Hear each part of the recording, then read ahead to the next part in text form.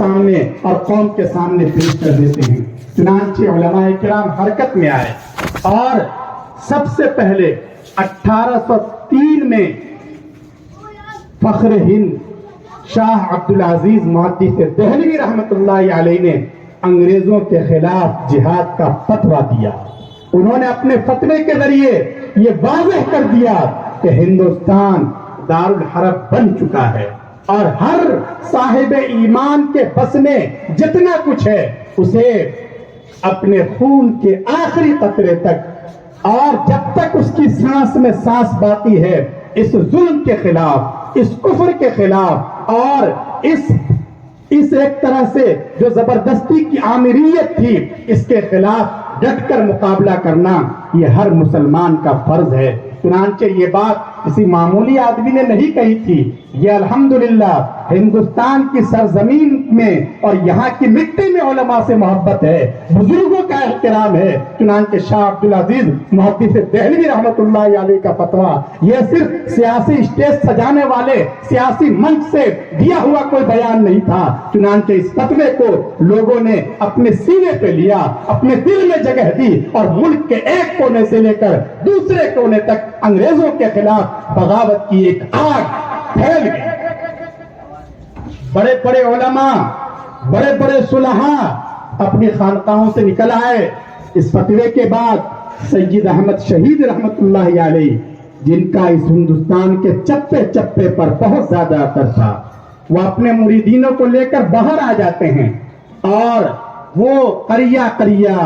شہر شہر، نہ جانے کہاں کہاں کا دورہ کرتے ہیں، لوگوں کو تیار کرتے ہیں، ان کی ذہن سازی کرتے ہیں۔ وہ اس دورے میں یہاں دیوبند بھی تشریف لاتے ہیں جہاں سے انہیں علم کی خوشبو اور علم کی مہک محسوس ہوتی ہے۔ قاضی مسجد کے آس پاس ہی ان کا قافلہ خیمہ زن ہوتا ہے اور یہاں کے لوگ جن میں جذبہ حریت پہلے سے ہی رہا ہے ان کے اس جذبے کو وہ اور آگ لگا دیتے ہیں، آگے بڑھتے ہیں، پنجاب کے علاقے میں جاتے ہیں اور پھر ان کا مقابلہ ہوتا ہے بالا کوٹ میں۔ لیکن 1831 میں وہ نہایت مردانہ وار مقابلہ کرتے ہوئے وہ بھی جام شہادت نوش کر لیتے ہیں۔ اس کے بعد تحریک کے مراکز بکھر جاتے ہیں، یہاں دہلی کے ساتھ پٹنہ بھی مرکز قائم ہو جاتا ہے، لیکن اپنے طور سے لوگ اس تحریک کو آگے بڑھانے کی کوشش کرتے رہتے ہیں۔ یہی وہ دور ہوتا ہے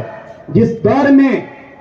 ایسا نہیں ہے کہ سید احمد شہید رحمت اللہ علیہ کی شہادت کے بعد یہ جذبہ سرد پڑ جاتا ہے، نہیں، بلکہ لوگوں میں یہ جذبہ اور زیادہ طاقت کے ساتھ ابھرتا ہے۔ ہمارے وہ اکابر جن کا خاص کردار ہے دارالعلوم کی تاسیس میں،